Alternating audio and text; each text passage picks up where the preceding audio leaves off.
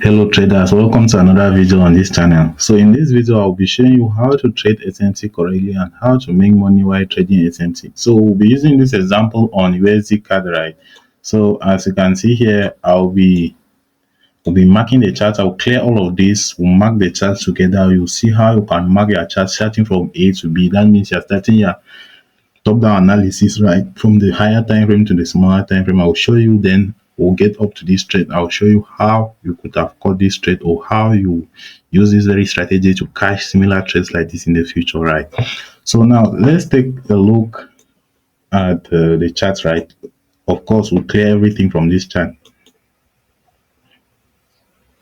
Remove all drawings, right? Now, at this point, as you can see, at this point in time in a chart, right, we see that we are extremely bullish at this point. We're extremely bullish at this point. So what you do is you mark your structure, right?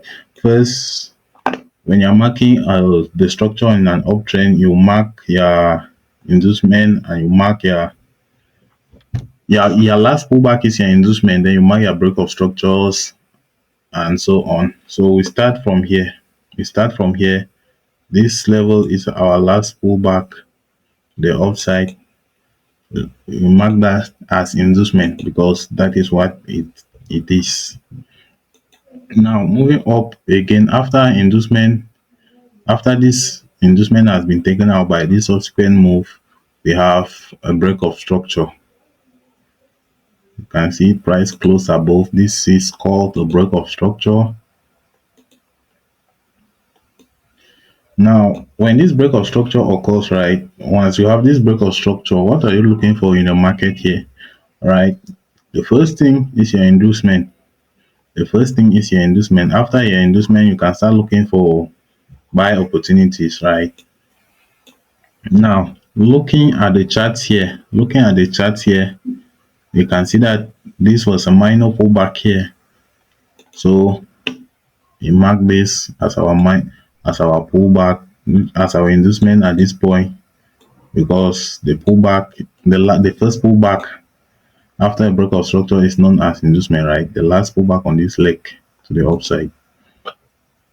Now, mark that as our inducement. So if that is our inducement here, this is our break of structure.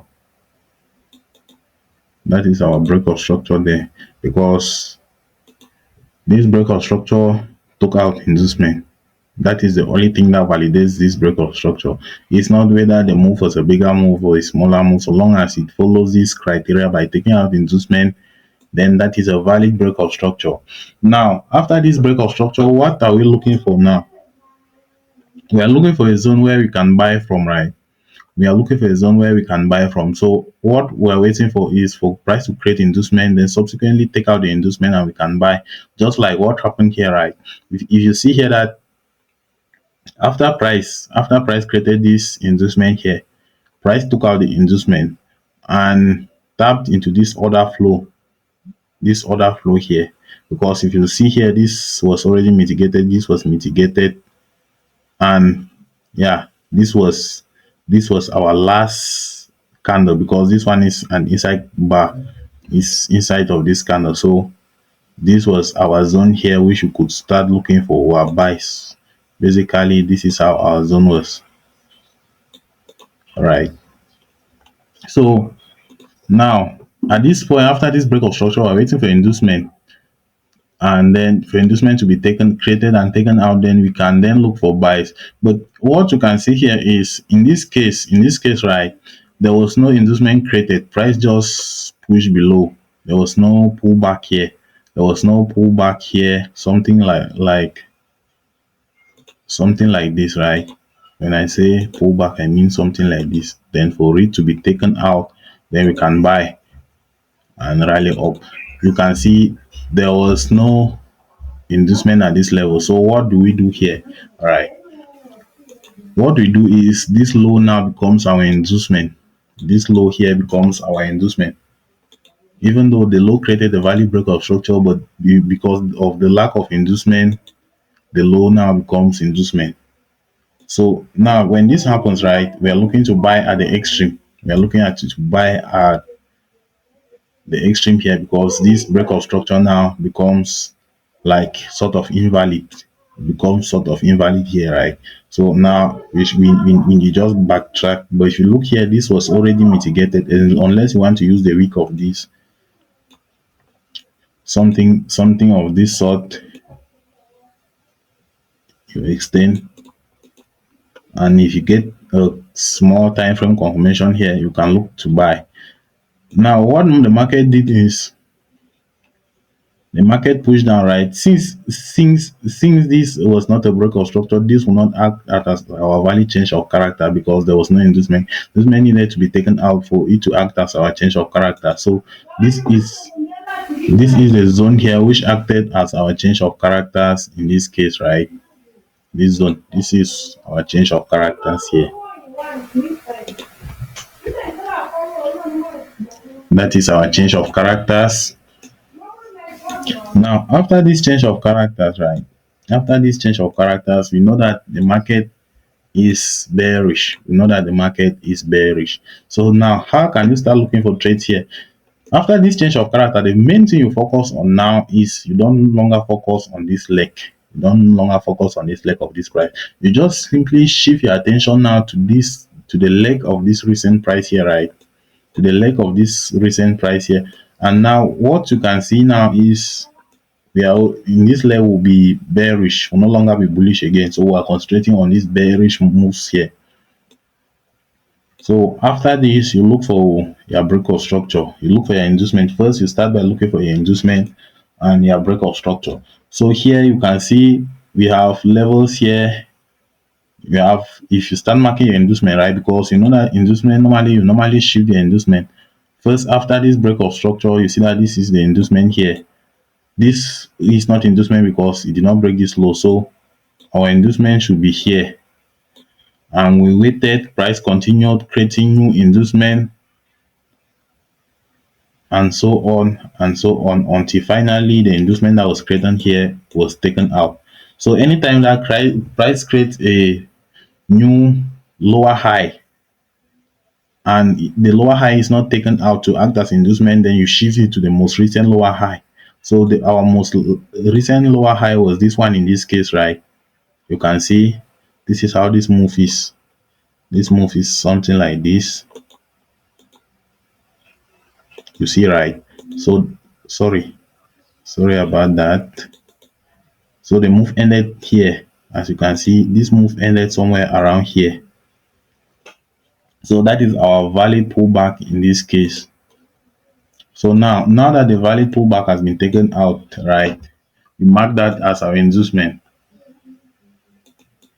We are marking this as our inducement. Just put it an X there. X marks the spot. Now, after this inducement has been taken out, right, after this inducement has been taken out, now you can start looking for sales. Now, what you normally have after inducement are two POIs, right? You have two POIs which are you have two POIs, our decisional POI and our extreme. Now in this case, now if you look now here, right, you see that this POI here is of extreme. That means this POI here is high probability because it swept the previous, it swept this previous high here.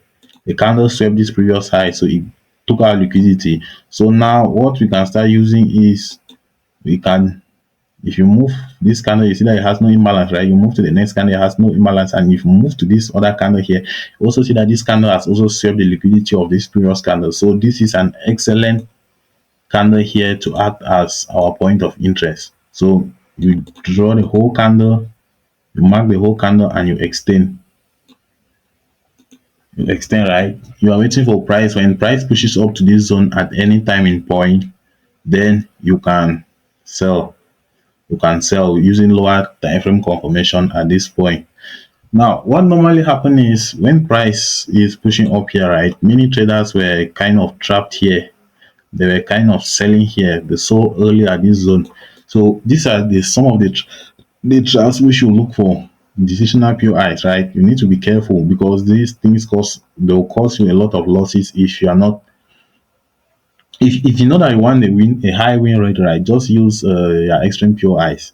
They are of more quality and high probability because whenever an extreme POI fails, we already know that no price is looking to change direction.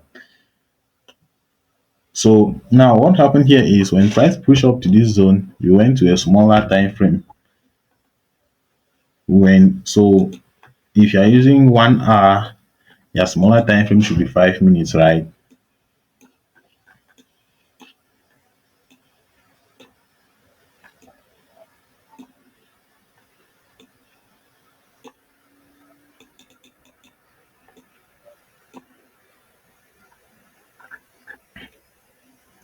So if you see here, right, you know the concept of a fake chalk, right? After price tapped into this our point of interest here, this first tap, right? Because for me, I normally use 50% mitigation. That's why I avoided this trap here. So when price tapped into this our point of interest at this point, price pushed down, gave us this chalk here from the 5 minutes. Now, after giving us a chalk, what we're normally waiting for is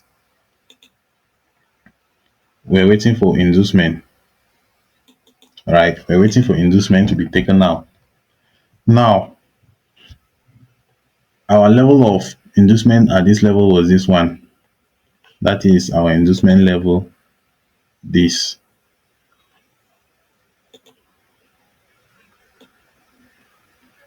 Now, once this inducement is taken, right, you can look to sell above here. You can look to sell directly here. So you can see that price reacted from this, then fell. So when you sell above here, what your position is supposed to look like is something like this. Then you target the lows here, right? This is how your position is supposed to look like. That was around. If you are somebody that wants a more conservative stop loss, yes, this is how your position is supposed to be. And if you are somebody that wants a higher stop loss or a more safer stop loss, right, you put your stop loss above the bigger time frame POI. So what normally happened is here this was a valid entry, right? But it got a stop loss or it hit our stop loss. So what we are waiting for is 50%. It's not for you to reduce these losses, you just wait for 50% mitigation of your POIs. But when that happens, you know that you lost many of your trades. So if you look at our higher time frame, right, you see that go back to the 1 hour time frame and you look at that zone.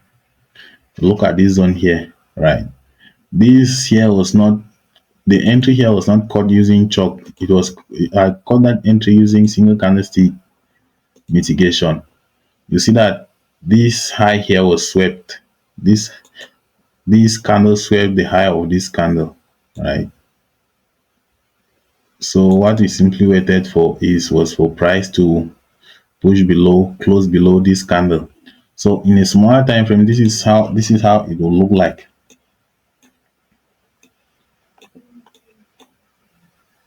This is how it will look like, right? This is our sweep on a bigger time frame, which is the 1 hour. Now on a smaller time frame, which candle swept was this move here, right? It was this move starting from here. This was one big candle in a bigger time frame. So we wait for price to close below this candle. Once price closed below this candle, which happened here, we had all we needed was for price to push and trade back into the zone. So which happened here. So this is how our position looked like. The position that you saw from the beginning of this video. This is how the position was taken.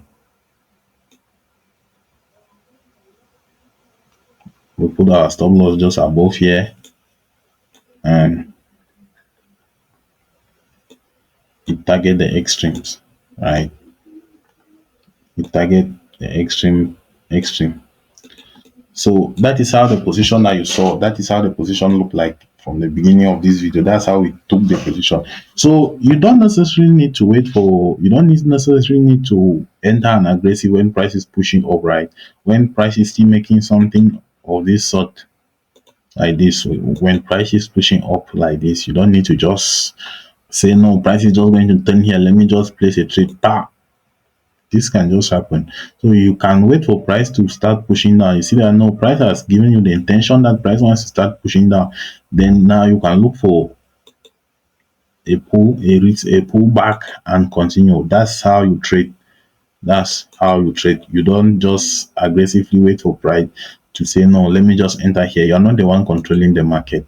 So you should be wary of that. So that's how we call this entry. And what happened is the entry push down missed our stop loss, our take profit by some uh, pips. Then when news came, news pushed back prices back to this entry. So if you are somebody that was trading news, you could have taken this trade. And yeah, after news now price dropped the next day. This trade took 3 days to play out, and I sent it in the Telegram group, right? This trade took 3 days to play out. So guys, that will be all for the video today, right? So if you have learned something from this video, please subscribe to my channel and let's keep going. I know I've not been uploading frequently, but I will try my best with your support and your willingness to support this channel. I will see that I can increase the number of videos I upload, because that's the only thing that keeps me motivating. At the moment, we don't offer anything, any sort of mentorship. So if you want to learn, this is the only way that you can learn.